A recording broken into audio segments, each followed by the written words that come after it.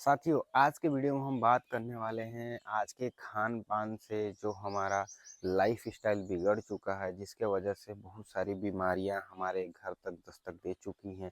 उसके बारे में आज इस वीडियो में हम बात करने वाले हैं। आप सभी जानते होंगे दोस्तों, जब हम बुक्स में पढ़ते हैं तो उसमें 2 टाइप्स के डिजीज़ होते हैं। एक ऐसे डिजीज़ होते हैं जो हमारे लाइफ़स्टाइल से रिलेटेड होते हैं, मतलब अगर हम अच्छे से अपना ध्यान नहीं रखते हैं, अपने शारीरिक ध्यान नहीं रखते हैं, तो हमें वैसी बीमारी होती है। दूसरी बीमारी वो होती है जो किसी न किसी वायरस, फंगस, बैक्टीरियल के कारण से होती है।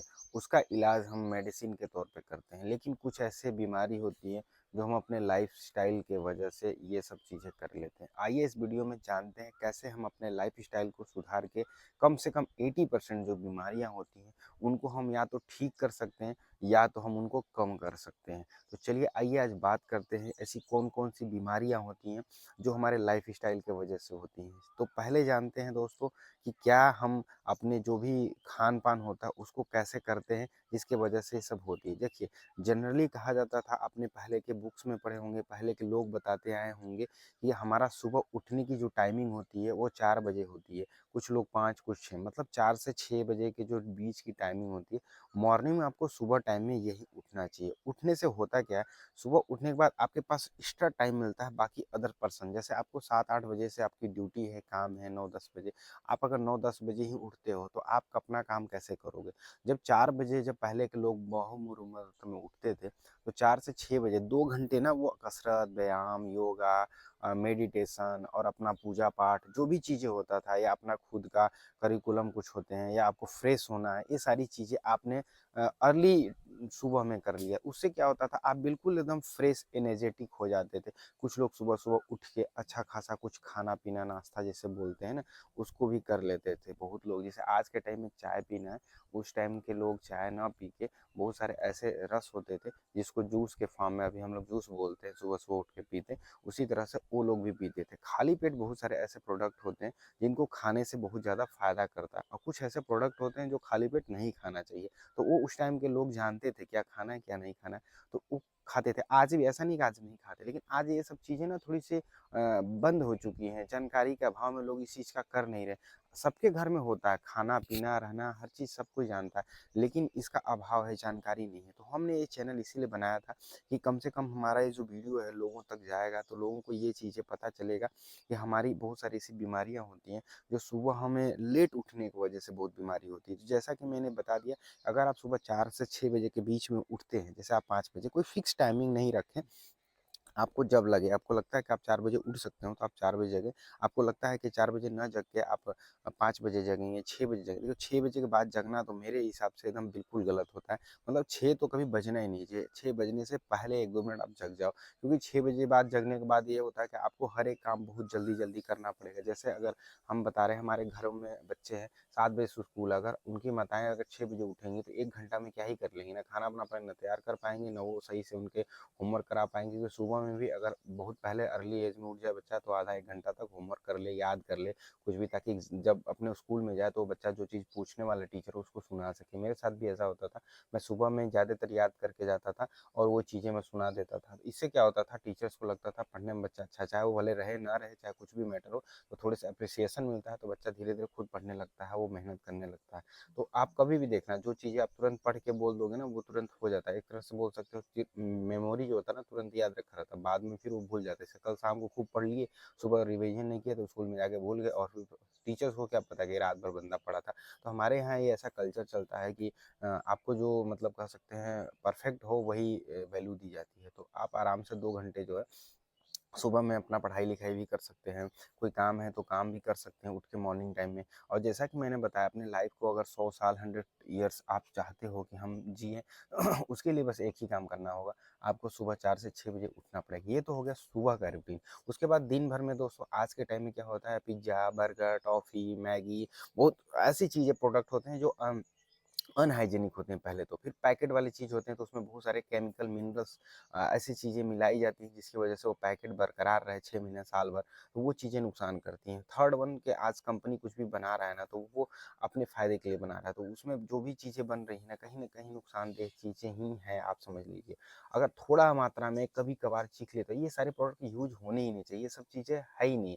ये उनके लिए जैसे आप कहीं पे ऐसे जगह पे चले गए हो जहाँ आपको भूख लगी है और आपके पास कुछ है नहीं तो खाओ। लेकिन आपके पास घर पे दाल चावल सब्जी है फिर भी आप घर पे पैकेट के सामान खा रहे हो। हमारे यहाँ इस चीज़ को जागरूक हमारे जो सरकार है वो नहीं करती, हमारे स्कूल में नहीं की जाती है और कंपनी कभी क्यों करेगी? कंपनी तो चाहेगी कि आप दिन भर घर पे भी रहो तब भी इसको खाओ। चीज़ों को समझना चाहिए कि कंपनी हमेशा बिज़नेस करती है और कंपनी का ये काम नहीं है, हमारे यहाँ सोसाइटी काम है और ये काम सच पूछो तो हमें खुद होना चाहिए अवेयरनेस। हम अगर पेरेंट्स हैं तो हमको अवेयरनेस है, हम अपने बच्चों को दें, लेकिन हमारे यहाँ पेरेंट्स को ये सब चीज़ों से फ़र्क नहीं पड़ता है और आजकल होता है ना कि हर इंसान कहता ज़्यादा है करता बहुत कम है, ऐसा मेरा मानना है।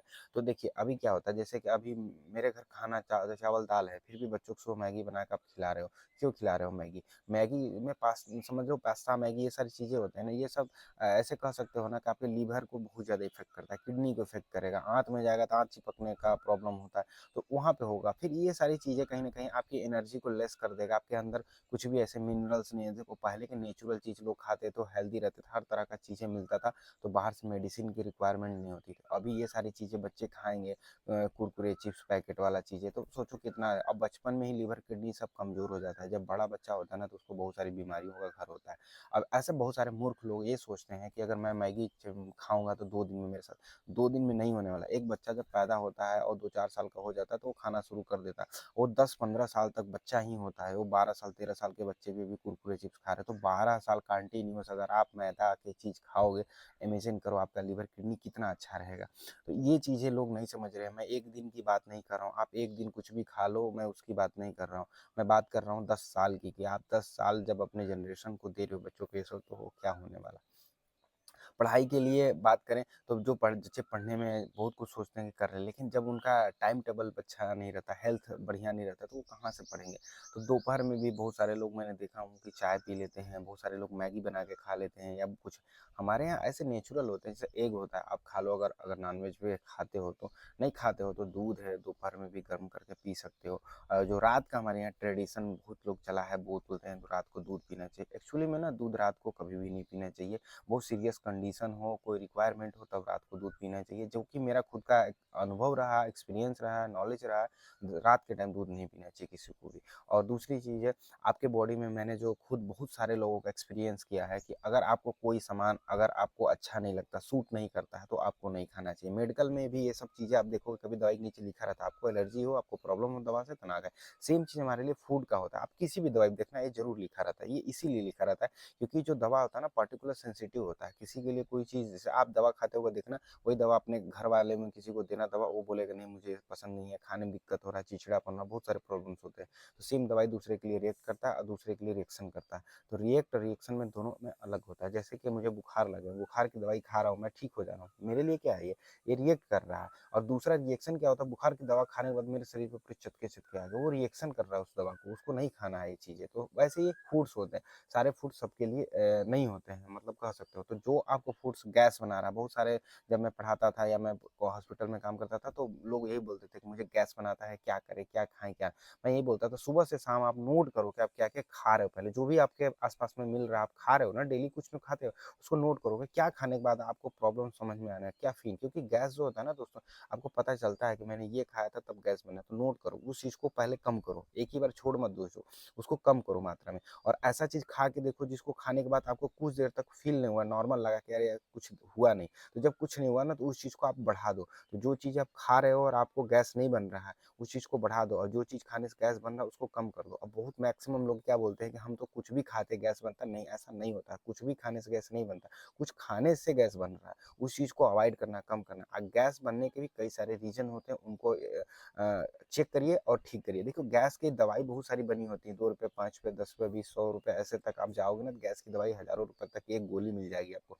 लेकिन वो एंटी हिस्टामिन होता है, मतलब आपके अंदर जो एसिड बनता रहता है और जिस तरह से जो हमारा सिस्टम है नर्वस का, पूरा वो उस चीज़ को सही करता है धीरे-धीरे, और इसमें टाइम लगता है, बहुत लोग उससे सही भी नहीं हो पाते हैं। उससे अच्छा है कि लाइफ़स्टाइल डिज़ीज़ की कैटेगरी में पहले इसको हम रख दें। जितनी भी बीमारियाँ होती हैं, वो सब एक तरह से लाइफ़स्टाइल डिज़ीज़ से होने के बाद ही उस कैटेगरी में जाती है, मतलब एक स्टार्टिंग फ़ेज़ होता है। तो आप खुद सोचो, आपको कब्ज़ बन रहा है, तो आप फाइबर वाला चीज़ खाना शुरू करो, पानी पीना शुरू, मतलब इतना ज़्यादा पानी पियो, आपको एक दिन लगने लगे यार कि मैं बहुत ज़्यादा पानी पी रहा हूँ। जब आपके माइंड में ये होगा ज़्यादा से ज़्यादा पानी पी रहा हूँ ना, कब्ज़ की प्रॉब्लम ऑलरेडी खत्म हो जाएगी। सुबह में हल्का गुनगुना पानी पी लो, खाली पेट जो है कुछ ऐसे प्रोडक्ट आते हैं, कुछ ऐसे ऑयल आते हैं जिसको आप सेवन करोगे तो आपके कब्ज़ दूर हो जाएँगे। बेसिक चीज़ ये है, ये लाइफ़स्टाइल डिज़ीज़ है, ना कि कोई बीमारी। जब बहुत ज़्यादा दिक्कत हो रहा है तो आप डॉक्टर और मेडिसिन का कंसल्टेंस ले सकते हैं। तो ये चीज़ें मेरे अकॉर्डिंग रहा है, तो आपको ये चीज़ें समझना होगा कि हेल्थ हमारी जो है 80% हमारी जो लाइफ़ में, अगर कमेंट करना जितने भी बीमारियाँ होंगी मैं सब बता रहा हूँ, सॉल्यूशन है, बिल्कुल, बिल्कुल घरेलू सॉल्यूशन जिसमें आपको पैसे भी नहीं लगने वाले। लेकिन हम क्या है ना, उस चीज़ को अवॉइड करते हैं, चीज़ों को लेते हैं। जैसे हमारे बॉडी में स्ट्रेन हो रहा है, पेन हो रहा है, हम कसरत सुबह 1 घंटा केवल करना शुरू करते हैं, बहुत सारी बीमारियाँ तो ऑटोमेटिक ऐसे सही हो जाएगी। बोलते हैं थायराइड, बीपी, शुगर, मैं इनको बोलता हूँ ठीक है, ये सब सारी ऐसी दवाइयाँ होती हैं, मेडिसिन से सही होती है, लेकिन बहुत सारे लोग देखो सब सही नहीं पाते। क्यों नहीं पाते? एक चीज़ समझो, कोई ना एक रिदम होती है, जैसे मेरा मानना है, मैं जो अपनी मम्मी लोग को भी समझाता हूँ, जैसे एक तार होता है, उसको बहुत ढीला होता है। ठीक है? और आपको क्या करना है, उसको टाइट करना है, तो उसको कसोगे। अगर वो बहुत ज़्यादा टाइट है तो उसको क्या करो, धीरे-धीरे ढीला कर दो। सेम चीज़ ऐसे होता है थायराइड, बीपी, शुगर के साथ जो होता है, जैसे बोलते हैं ना 70 से 100 के बीच में रेंज में होना चाहिए। तो आप ये देखो ना कि ये क्या चीज़ है? क्या चीज़ खाने से इसकी रेंज बढ़ जा रही है? क्या चीज़ ना खाने से इसकी रेंज घट जा रही है? और क्या चीज़ें खाने से मेंटेन रह रही है? बस यही है थायराइड, बीपी, शुगर। लेकिन इस चीज़ को समझना, हमारे इंडिया में देखो 2 चीज़ें है, कभी भी कोई डॉक्टर नहीं चाहता कि आप बीमार हो, लेकिन हर वो एक डॉक्टर चाहता है पैसा कमाए, और आप मरीज़ हो और वो पैसा कमा रहे हैं, आपके लिए वो कोई सलाह नहीं देने वाला है। तो ये सच्चाई है, लेकिन ये ना बिल्कुल कॉन्ट्राडिक्टरी है। जैसे आप हॉस्पिटल में जाते हो तो डॉक्टर आपको दवा देता है, वो चाहता है पैसा लिया ठीक हो जाए, लेकिन वो ऐसा दवा कभी भी नहीं देगा जिससे आप सच में ठीक हो जाओ। ये सच्चाई है, मैंने हर हॉस्पिटल का मैं देता हूँ। बहुत मतलब मैं क्या ही कहूँ, एक-आध अगर हो हॉस्पिटल, एक-आध ऐसा डॉक्टर हो, मैं एक्सेप्शन की बात करूँगा उसमें कि वो डॉक्टर है ऐसा कर रहा है, बट कोई डॉक्टर नहीं चाहता, कोई कंपनी नहीं चाहती ये सब चीज़ें। सोच के देखो आप, मैंने आपको समझा दिया, बता दिया कि हमारे यहाँ ऐसी चेकअप, ऐसे बहुत सारी चीज़ें होनी चाहिए थी कि आपको एक्चुअली में बीपी है तो कितनी है, और ये बीपी किस वजह से आपके यहाँ बढ़ रही है, ऐसा चेकअप हमारे यहाँ होता ही नहीं है। यहाँ पे होता ही नहीं है, जो कि हो सकता है, बिल्कुल सिंपल सा है, लेकिन इस तरह की चेकअप नहीं होता। आपका बीपी इतना बढ़ा हुआ था, आप ये गोली खा लो, वो गोली खा लो, फिर उस गोली का फिर धीरे-धीरे, मतलब आप समझ सकते हो ना, बिल्कुल ऐसे चीज़ बताया ना कि पैसे कमाने वाला सिस्टम है। तो ये बीपी बढ़ रहा है तो क्यों बढ़ रहा है, इस पे कोई रिसर्च नहीं है, कुछ नहीं चल रहा है, और एक बंदे का जो प्रॉब्लम्स है उसके सॉल्यूशन का कोई रिपोर्ट जाँच नहीं होता है यहाँ पे। अजीब-सा हमारे हॉस्पिटलाइज़ेशन है, और इस सब चीज़ों पे मैं बात करता था हॉस्पिटलों में, तो लोग जानते हो ना, एक चीज़ें होती है ना, मूर्ख की तरह ट्रीटमेंट कर देते हैं। और मैं प्रैक्टिकली उनको करके साबित करके दिखाता था, फिर भी वही होता है ना, हमारे यहाँ पे मैं बताया ना सच्चाई है, जो मैं अपने ह्यूमैनिटी को देखा, हमारे इंडिया में ना बहुत सारी चीज़ें कचरा है बिल्कुल, उस सब चीज़ को वैल्यू दी जाती है और ह्यूमैनिटी को बिल्कुल नहीं दी जाती। जैसे ये नेचर जो है दोस्तों, आप देखो रामचंद्र जी के ज़माने से और अभी तक आप देखोगे, जितने भी बुद्ध आए, सबके टाइम में देखोगे ना टीवी में, मैंने तो टीवी रील्स में ही देखा कि सूर्य भगवान थे। आज भी मेरे टाइम में वो सारी चीज़ें एग्ज़िस्ट करता है जो उनके टाइम में एग्ज़िस्ट करता था, और वो चीज़ें बिल्कुल एग्ज़िस्ट नहीं करता है। जैसे हमारे यहाँ जाति, धर्म, ये वो सोच, मेंटालिटी, ये सारी चीज़ें उनके टाइम में कुछ अलग थी। अंग्रेज़ों के टाइम में देखो अलग था, वो सब मार करना, रेप करना, जो आज भी ये सब चीज़ें चल रहा है, लेकिन अलग फ़ॉर्मेट में। इस चीज़ को समझना, बस यही बदल रहा है। नेचर हमेशा एक ही जैसा था। पहले भी बारिश होता था, ओले गिरते दोस्तों, आज भी गिरता है।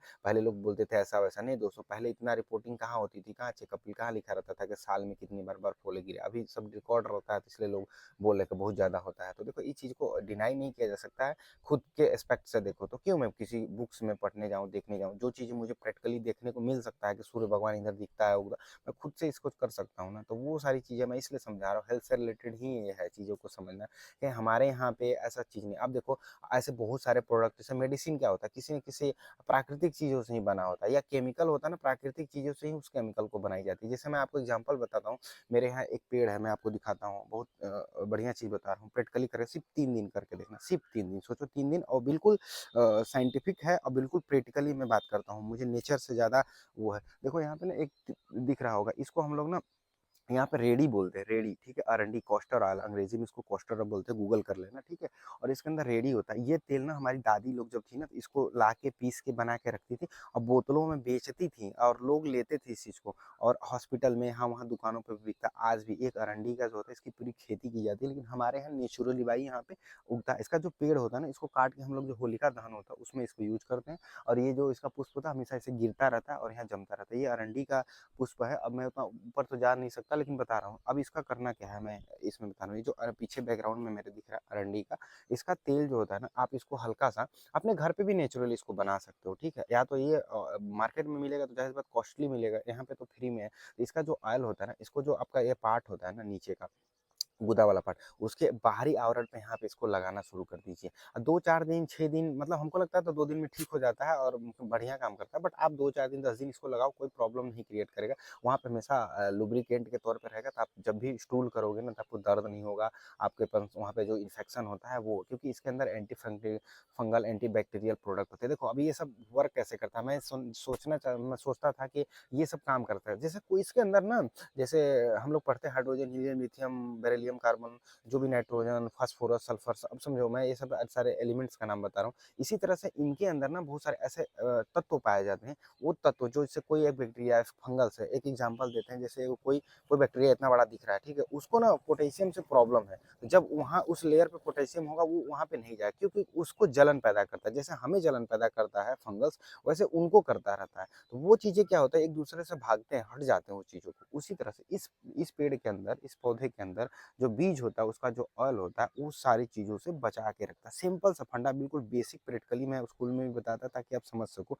इसकी जो ऑयल होती है, उस लेयर जो होता है, उस लेयर पे कोई भी इस तरह के बैक्टीरियल, फंगल, वायरस, ये सारी चीजें जो होता है नहीं जमने, जिसकी वजह से वहाँ पे इन्फेक्शन नहीं होता है। तो आपको कोई दिक्कत नहीं होता, क्योंकि उतनी गंदगी होती है उस जगह पे और गर्मी होती है, स्वेलिंग होती है, तो जिसकी वजह से वो प्रॉब्लम क्रिएट करता है। तो आप इसको बवासीर की जो बीमारी होती है यहाँ पे यूज कर सकते हैं। बहुत अच्छा काम करता है दोस्तों। वैसे आप वहाँ पे एक और आता है, लौकी का तेल आता है, उसका भी यूज कर सकते हैं दोस्तों। तो ये चीज़ें रहा, मैंने 2 चीज़ आपको बता दिया। बहुत सारे ऐसे प्रोडक्ट हो, जैसे त्रिफला होता है और एक रीठा होता है, उसको भी थोड़ा-सा घोल के गर्म पानी में या दूध के साथ पी सकते हो। देखो दूध और गर्म पानी क्यों कहा जाता है? गर्म पानी जो होता है ना, हमारी जो बॉडी बनी होती है ना डाइल्यूट, ठंडा जो पानी होता है, उसे बहुत कम रिएक्ट करता है।